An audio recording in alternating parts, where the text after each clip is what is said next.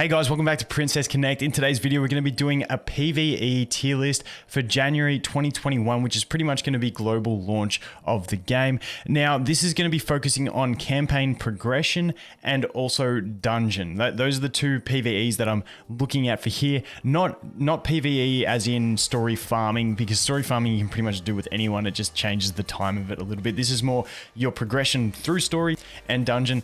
So let's get into it.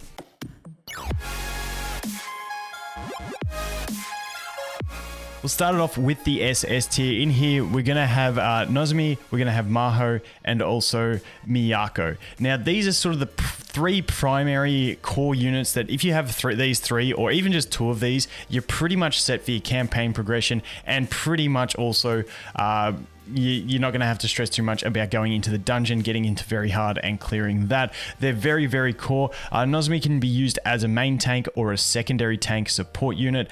These two both have a single target heal, which is really nice. Nozomi has a taunt, which is really, really strong, tied into her union burst, which is basically going to mean you can play it on manual, have her sitting at full energy, and then she can use that to taunt away from anything that's taking too much damage. Really nice. Maho, great with buffs, has the TP regen and just buffs in general, and the heal as well. Also a blind for the second enemy on the team, which means you can sometimes mitigate some nice damage there.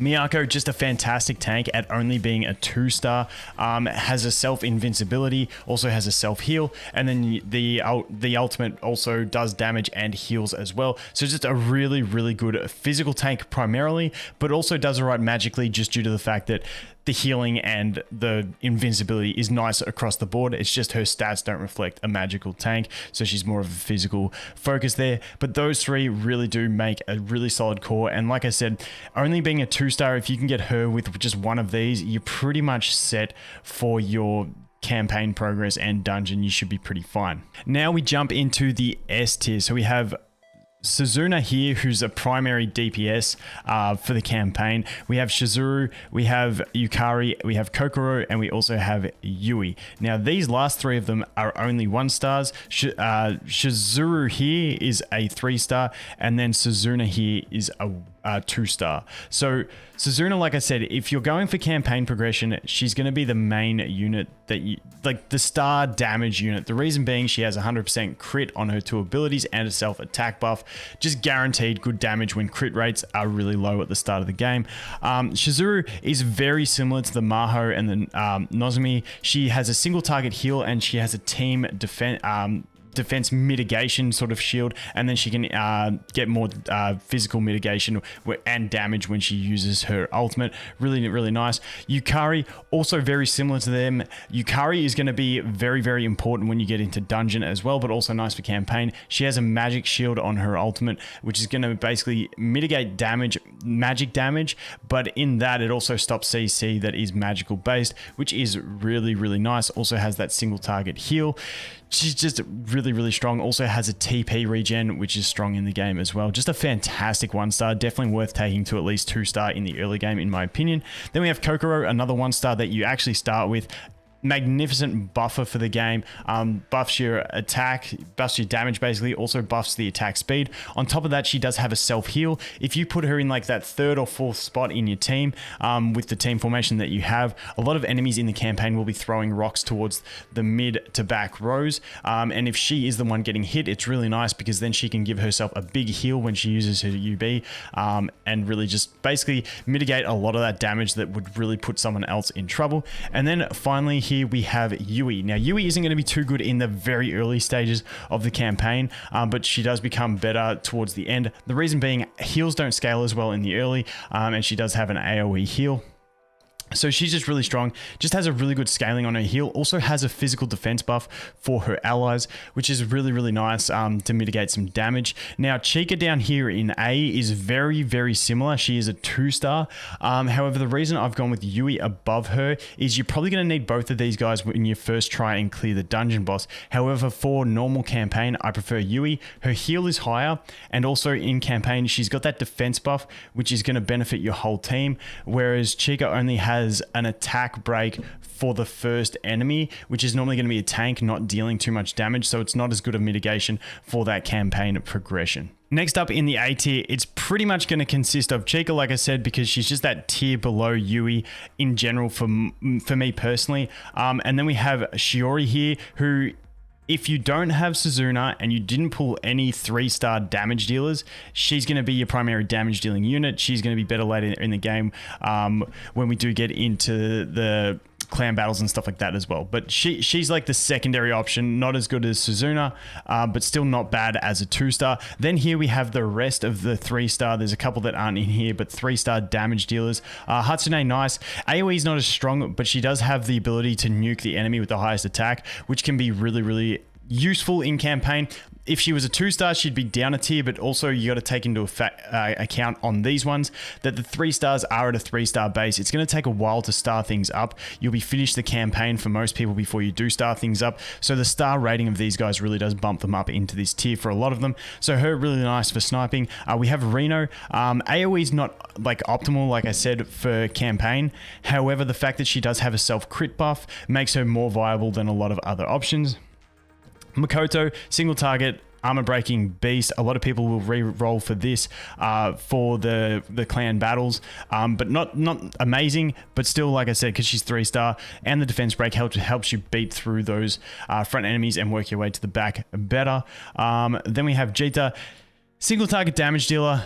Once again, 3-stars puts her up here. Not the greatest damage. I still prefer Suzuna. I've had them both on my account, and I still think Suzuna is better just due to those guaranteed crits. But she can do some massive single target damage. Also a TP boost as well, which gets you to do it faster. Io, more of a control-based unit instead of a just raw damage dealer. She has the AoE mind control, which hits all enemies, which is really nice for not only like dealing damage and making them deal damage to themselves, but also giving your team time to not take damage. It's effectively an invincibility for your whole team for that period, and gives you time to heal up and let your cooldowns come off and stuff like that. Also has a TP still, which is really nice on top of that to get herself up there quicker.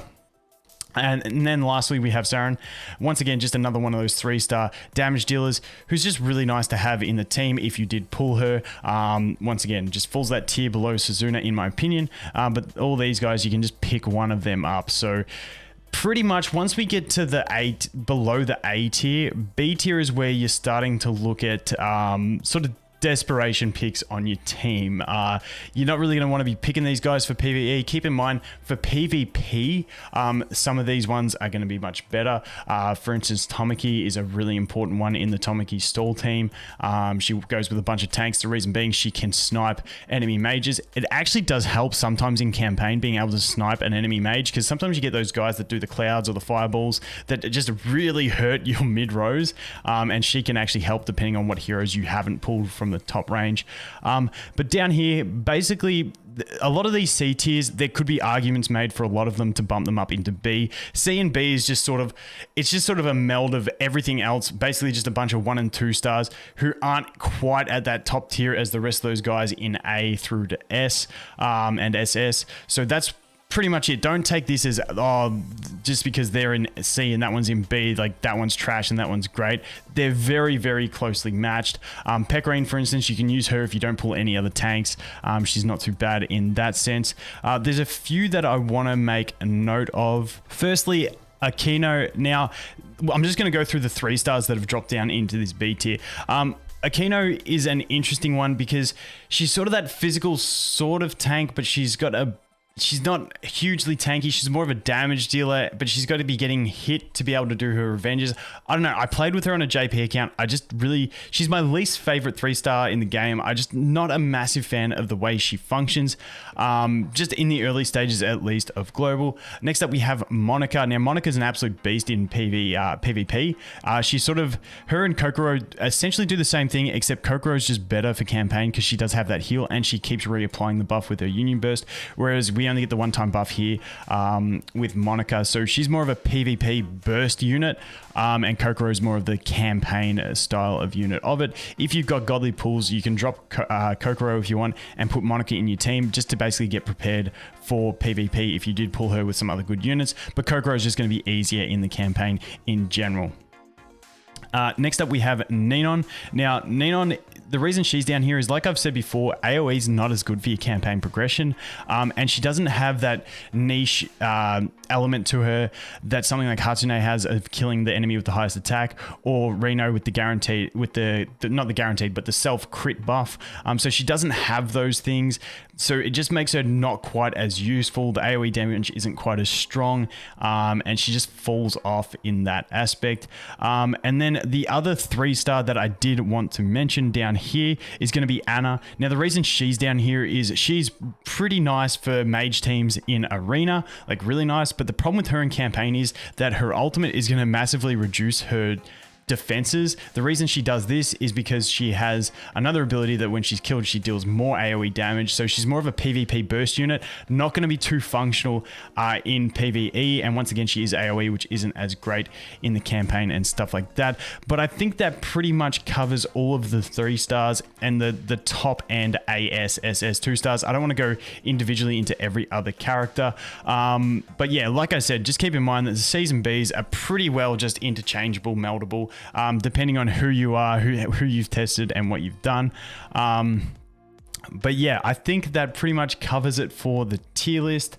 Like I said, I've got those other resources out there that you can check out. The reroll tier list, the team building cheat sheet that I made and stuff like that. If you're looking for something else to sort of point you in the right direction for that early game stage. But anyway, at the time of recording this, we are about 4.5-5 days away from global launch. So that is going to be it. We're going to be streaming at launch. Hope you guys can come hang out. Twitch is in the description. But anyway, thanks for watching. I hope you have an awesome day, and I look forward to seeing you in the next one. Cheers.